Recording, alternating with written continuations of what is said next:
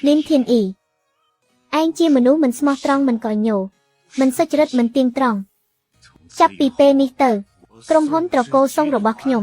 លែងមានកន្លែងសម្រាប់ឯងទៀតហើយមកកញ្ញាច្បងត្រកូលសុងមកដល់ហើយកញ្ញាសុងមិនក៏មានកញ្ញាសុងម្នាក់ទៀតហើយមែនហើយតើមានរឿងអីហ្នឹងប៉ាវ៉ាងឈុនយ៉ានមិនក៏គាត់មកដល់ទីនេះ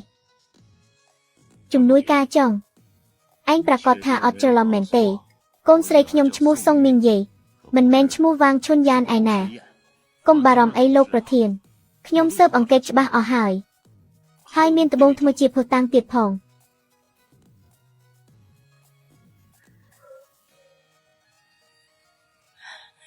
ពិតទ្វាទៅប៉ានេះជាខ្សែរបស់បងស្រីពិតមែនវ៉ាងឈុនយ៉ានគឺជាបងស្រីរបស់ខ្ញុំវ៉ាងឈុនយ៉ានជាបងស្រីឯងចុះសុងមីងយេជានរណានាងណានាងគ្រាន់តែជាក្មេងកំព្រាគ្មានអ្នកណាត្រូវការកាលពីមុនលោកស្រីលីនមានចិត្តល្អយកគាត់មកចិញ្ចឹមនឹកស្មានមិនដល់ថាគាត់បែរជាធ្វើឲ្យលោកស្រីលីនពិការខ្ញុំអត់បានធ្វើ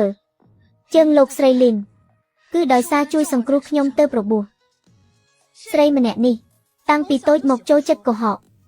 មីងលីនចិត្តល្អទទួលយកឯងតែឯងបែរជាបង្ខូចកេរឈ្មោះបងធានយីគ្រប់ពេលថែមទាំងស្រមៃចង់ស្រឡាញ់គាត់ទៀតប៉ាទោះបីជាគាត់ទៅតែនិយាយអ្វីក៏ដោយកុំជឿគាត់ឲ្យសោះនឹកស្មានមិនដល់គ្មានផ្លូវតច្រកទេខ្ញុំលីនធានយីមិនទាន់ដល់ពេលស្លាប់ទេមានរឿងអីហ្នឹងបកប្រែសាច់រឿងហើយ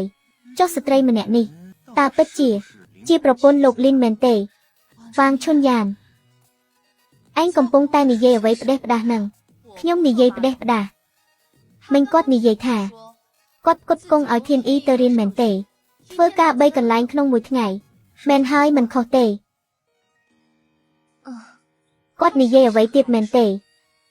ខ្លួនឯងនឹងធានអ៊ីធំដឹងក្តីជាមួយគ្នាស្រឡាញ់គ្នាទៅវិញទៅមកត្រូវហើយត្រឹមត្រូវហើយ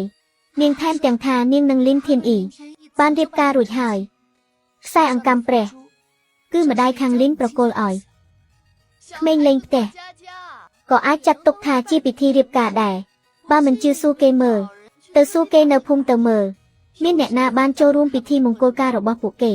នោះមកពីគ្រួសារលីនគ្មានលុយទៅពួកយើងមិនបានរៀបចំធំដុំរឿងកំ pl ែង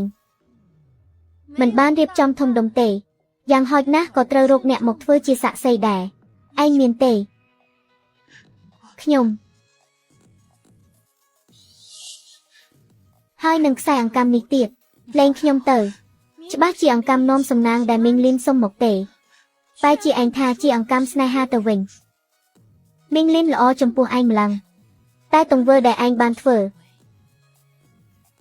ឯងសាកសមទេអូខ្សែអង្គញ់របស់ខ្ញុំអូខ្សែអង្គញ់អូ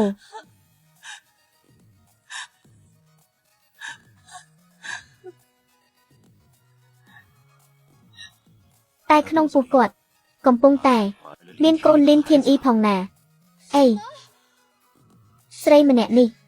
មានផ្ទៃពោះកូនលីនធានយីទៀតផងមែនហើយទោះបីជាស្រីនេះស្រមើស្រមៃតែទីរោគក្នុងពោះមិនអាចคล้ายបន្លំបានទេសុងមីងយូខ្ញុំមិននឹកស្មានថាអ្នកហ៊ានអៀនខ្មាស់ដល់ម្លឹងយកកូនអាញ៉ែងមកថាជាកូនរបស់បងធានយីទៅបានអីវ៉ាងឈុនយ៉ានរឿងដែលអ្នកនិយាយនោះខ្ញុំមិនដែលធ្វើទេណាហេតុអ្វីអ្នកចង់បង្ខូចកេរ្តិ៍ឈ្មោះខ្ញុំជាកូនស្រីច្បងត្រកូលសុងដ៏ខ្ពង់ខ្ពស់ចាំបាច់អីបង្ខូចកេរ្តិ៍ឈ្មោះស្រីស្រុកស្រែដូចអ្នកលីនធានអ៊ីនាងបង្ខូចកេរ្តិ៍ឈ្មោះខ្ញុំបែបនេះហេតុអ្វីអ្នកមិននិយាយអ្វីមួយម៉ាត់សោះឲ្យខ្ញុំនិយាយអ្វីម៉ាក់ខ្ញុំចិត្តល្អយកអ្នកមកចិញ្ចឹមខ្ញុំអាណិតអ្នកតែងតែអត់អន់ឲ្យតែអ្នកតែងតែរញ៉េញ៉ៃមិនឈប់មិនហើយថ្ងៃនេះជាថ្ងៃល្អសម្រាប់អាពាហ៍ពិពាហ៍របស់ខ្ញុំអ្នកមកដល់ទីនេះបង្ករឿងខ្ញុំទ្រាំលែងបានហើយដូច្នេះអ្វីដែលអ្នកទើបតែនិយាយគឺគ្រាន់តែជាការសម្ដែង សុងមីងយេអ្នកបានបំផ្លាញអនាគតរបស់លីនធានយីហើយរុញគាត់ឲ្យធ្លាក់ក្នុងផ្លូវតល់ឥឡូវចាប់បានឱកាសហើយមិនក៏មិនខំអញវិញសុងមេងយេខ្ញុំសូមអង្វរអ្នកដោយសារម៉ាក់ខ្ញុំអ្នកលើកលែងឲ្យខ្ញុំទៅកុំធ្វើបាបខ្ញុំទៀតអីលីនធានអ៊ីពេលនេះឯងបែបនេះឯងសមនឹងអ្នកមីងលីនដែលស្លាប់ទៅហើយឬឯងហ៊ាននិយាយពីអ្នកមីងលីនទៀតវ៉ាងឈុនយ៉ាងឯងឈួតទេខ្ញុំតែងតែគិតថាឯងគ្រាន់តែចូលចិត្តលីនធានអ៊ីទើបមិនពេញចិត្តខ្ញុំនឹកស្មានមិនដល់ថាឯងចិត្តអាក្រក់ដល់ម្លឹងចាំតែធ្វើបាបខ្ញុំគ្រប់ពេលអ្នកឯងទេតើដែលចិត្តអាក្រក់ឯងសម្លាប់មីងលីននៅមានមុខមកទីនេះទៀតមកនិយាយផ្ដេសផ្ដាសស្អីឯងទេតើដែលសម្លាប់ម៉ាក់ខ្ញុំមិនមែនខ្ញុំទេគឺគាត់ទាំងអស់គឺគាត់នឹងគាត់នាំមនុស្សអន់ពីលមកផ្ទះរួមរកធ្វើឲ្យមីងលីនខឹងស្លាប់ហ៊ានមានមុខទៀតមកឆ្លោះប្រកែកគ្នានៅទីនេះសុងមីងយេម៉ាក់ខ្ញុំល្អដាក់ឯងម្លាំងផងឯងតែជាធ្វើឲ្យម៉ាក់ខ្ញុំខឹងស្លាប់ឯងសាកសមនឹងម៉ាក់ខ្ញុំទេថ្ងៃត្រង់ចេះអីចឹងហើយតែជាធ្វើរឿងអាម៉ាស់មុខអីចឹងនឹកស្មានមិនដល់ថាស្រីម្នាក់នេះគួរឲ្យអាណិតណាស់គុណភាពអន់ម្លេះវ៉ាងឈុនយ៉ានគឺនាងនាំមនុស្សមកផ្ទះសម្រាប់មីងលីនឥឡូវនាងមកបង្ខូចកេរ្តិ៍ឈ្មោះខ្ញុំនាងមិនខ្លាចកម្មពៀទេអីប៉ាកាលនៅភូមិគេតែងតែធ្វើបាបខ្ញុំឥឡូវនេះខ្ញុំជាកូនស្រីច្បងត្រកូលសុងហើយគេនៅតែចង់វាយខ្ញុំទៀតរឿងដែលអ្នកសម្លាប់មីងលីនខ្ញុំត្រូវទារសងសឹកអ្នកឲ្យច្បាស់ឯងចង់ឲ្យកូនស្រីខ្ញុំពន្យល់ឯងបែបណា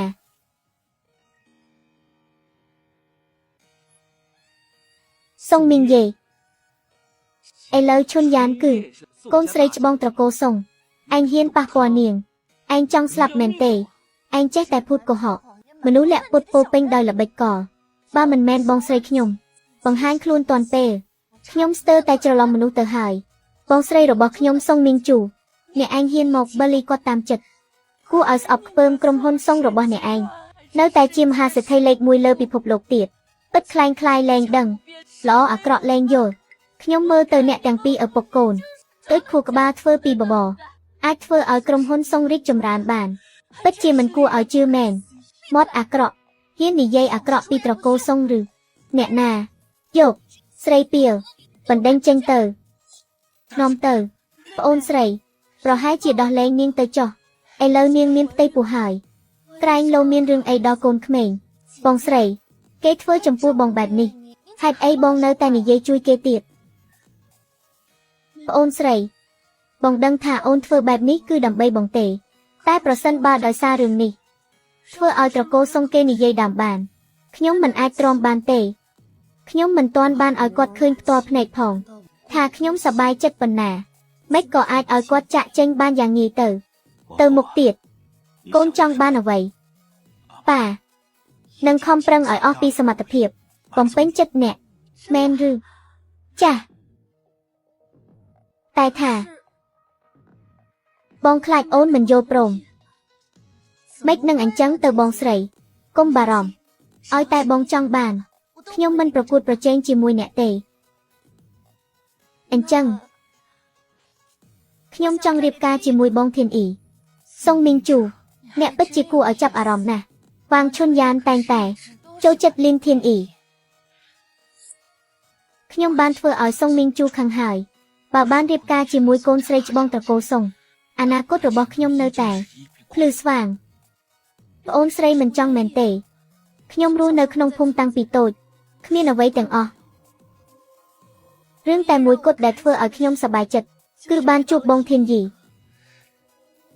សុងមីងយេតែងតែធ្វើបាបខ្ញុំព្រោះឯងក៏មិនព្រម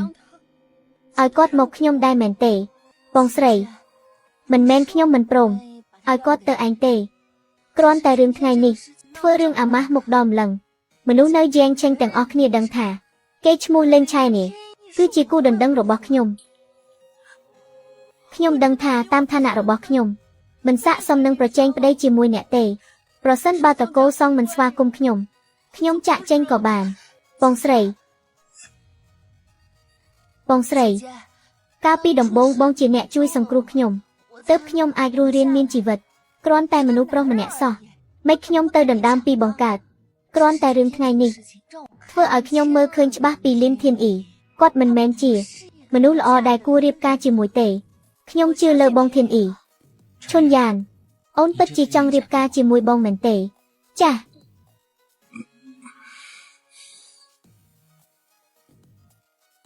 លីនធានអ៊ី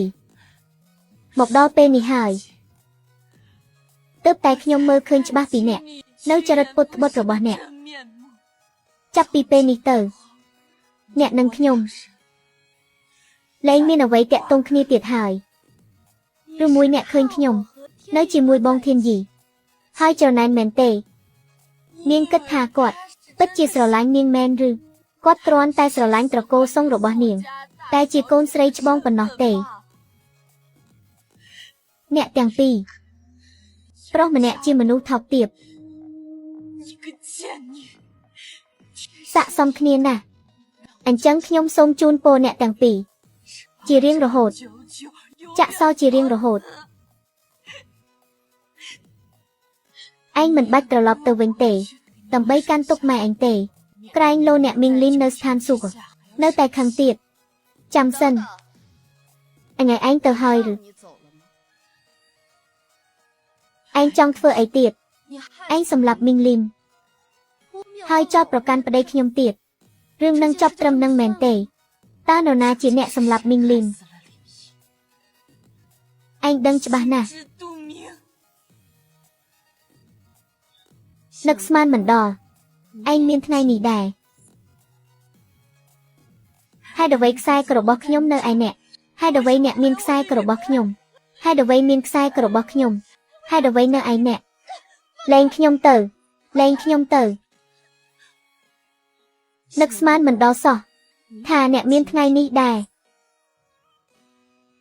ហេតុអ្វីខ្សែយ័ន្តរបស់ខ្ញុំនៅឯអ្នកហេតុអ្វីអ្នកមានខ្សែយ័ន្តរបស់ខ្ញុំហេតុអ្វីមានខ្សែយ័ន្តរបស់ខ្ញុំហេតុអ្វីវានៅឯអ្នកលែង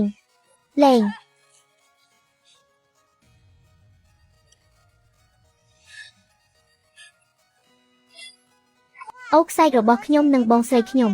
អាចបញ្ចូលគ្នាបានសោះត្បូងពេជ្រពេញលេញនេះជារបស់ប៉ាដែលបានធ្វើជាពិសេសសម្រាប់កូនទាំងពីរមានត្បូងពេជ្រតែ2ដុំទេ